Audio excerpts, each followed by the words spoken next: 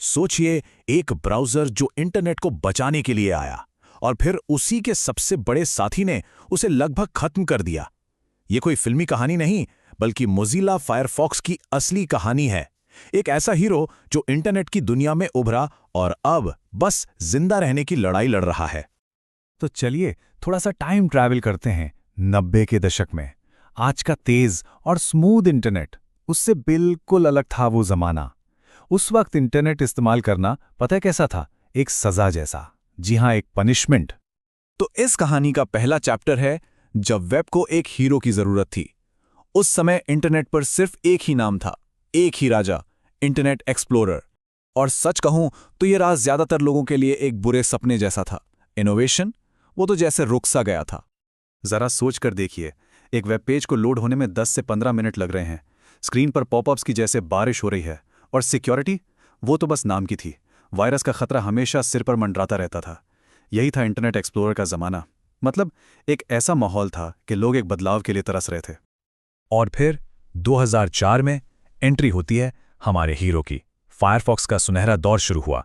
Mozilla ने एक ऐसा ब्राउज़र लॉन्च किया जिसने इंटरनेट की दुनिया का नक्शा ही बदल दिया।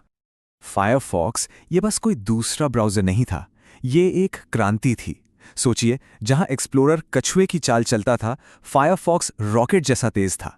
पॉपअप से परेशान, यहां पावरफुल एड ब्लॉकिंग थी। पहली बार कंट्रोल लोगों के हाथ में था, और ये उस समय किसी जादू से कम नहीं था, सच में। और लोगों का रिएक्शन जबरदस्त।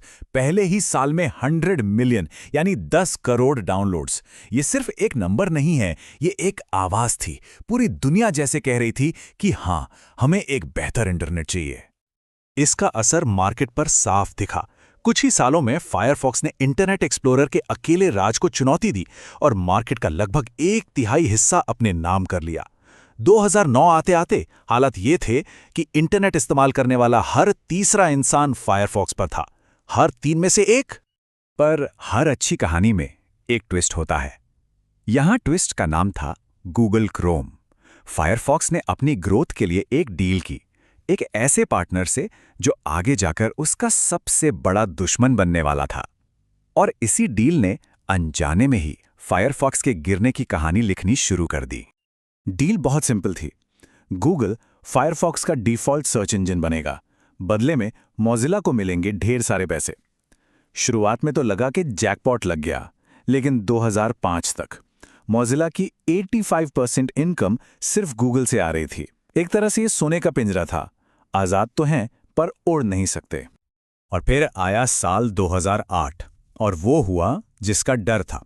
फायरफॉक्स का सबसे बड़ा फाइनेंशियल पार्टनर अब उसका सबसे बड़ा कॉम्पिटिटर था। गूगल ने लॉन्च कर दिया अपना खुद का ब्राउज़र क्रोम। तो इतना बड़ा हीरो, इतना बड़ा जायंट आखिर गिरा कैसे? देखिए, फायरफॉक्स का पतन किसी एक वजह से नहीं हुआ। ये एक ऐसी लड़ाई थी जिसमें वो स्ट्रैटेजी में भी पीछे रह गया और स्पीड में भी। गूगल क्रोम ने आते ही गेम के रूल्स बदल दिए। फायरफॉक्स में अपडेट्स मैन्युअली करने पड़ते थे, जबकि क्रोम बैकग्राउंड में चुपचाप अपडेट हो जाता था। डिज़ाइन एकदम साफ सुथरा, सिंपल, और गूगल की मार्केटिंग तूफानी थी। अचानक से फायरफॉक्स पुराना और स्लो लगने लगा। पर गूगल का असली सीक्रेट वेपन था क्रोमियम। ये उनका ओपन सोर्स ब्राउज़र प्रोजेक्ट था। इसका सीधा सा मतलब था कि गूगल की अपनी सर्विसेज जैसे जीमेल, यूट्यूब, ड्राइव क्रोम पर सबसे तेज चलेंगी। ये एक ऐसा फायदा था जिसके आगे फायरफॉक्स टिक नहीं पाया। तो इसके गिरने के पीछे 4 बड़ी वजहें थीं। पहला, क्रोमियम इकोसिस्टम ने उसे अकेला कर दिया। दूसरा, मोबाइल का ट्रेंड वो पकड़ नहीं पाए। एंड्रॉयड पर क्रोम, आईओएस पर सफारी, फायरफॉक्स के लिए जगह ही नहीं बची। तीसरा, कुछ गलतियां उन्होंने खुद भी की। 2017 में एक ऐसा अपडेट लाए जिससे उनके पुराने लॉयल यूजर्स के पसंदीदा एड-ऑन्स बंद हो गए। लोग बहुत नाराज हुए। और चौथा, इनोवेशन, जिसकी वजह से वो जीते थे वही करना बंद कर दिया।